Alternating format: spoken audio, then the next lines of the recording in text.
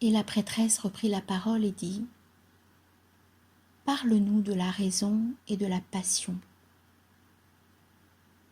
Et il répondit, disant : « Votre âme est souvent le théâtre de combats, où la raison et le jugement s'opposent à vos passions et à vos appétits. Et ce serait mon désir le plus cher de vous apporter la paix de l'âme, que les discordes et les rivalités qui vous déchirent deviennent unité et harmonie. Mais comment pourrais-je jamais y parvenir si vous ne devenez pas vous-même des pacificateurs qui soient avant tout réconciliés avec eux-mêmes ? La raison et les passions sont le gouvernail et les voiles de votre âme navigante. Si vos voiles se déchiraient ou que votre gouvernail se brisait, vous seriez abandonné au roulis et à la dérive, ou tout simplement immobilisé, loin de tout port d'attache.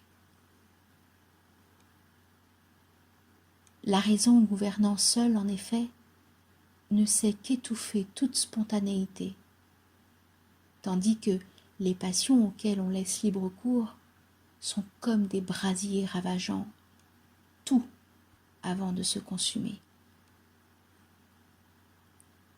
Faites que votre âme exalte votre raison et lui donne l'ardeur de la passion afin qu'elle puisse chanter.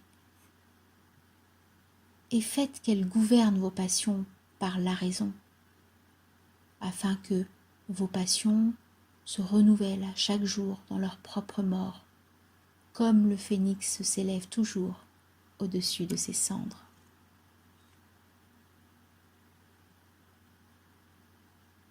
Je voudrais vous voir accorder autant d'attention à vos jugements et à vos appétits que vous en accorderiez à recevoir dans votre maison des invités qui vous sont chers. Bien entendu, vous veillerez à ne pas considérer davantage un invité qu'un autre, car prodiguer plus d'honneur à l'un d'eux, c'est à coup sûr perdre l'amour et la confiance des deux. Réfugiés dans les collines, à l'ombre fraîche des trembles, alors que montent en vous la paix et la sérénité des champs et des prairies qui s'étendent alentour, laissez votre cœur dire dans son silence : la raison est la demeure de Dieu.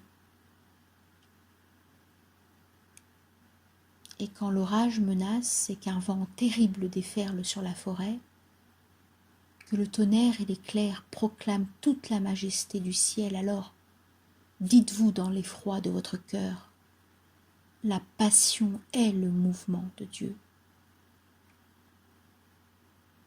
Bien que vous ne soyez qu'un souffle dans l'arbre de Dieu et qu'une feuille dans ses forêts, il vous appartient aussi d'assurer votre repos dans la raison et de tout entreprendre avec passion.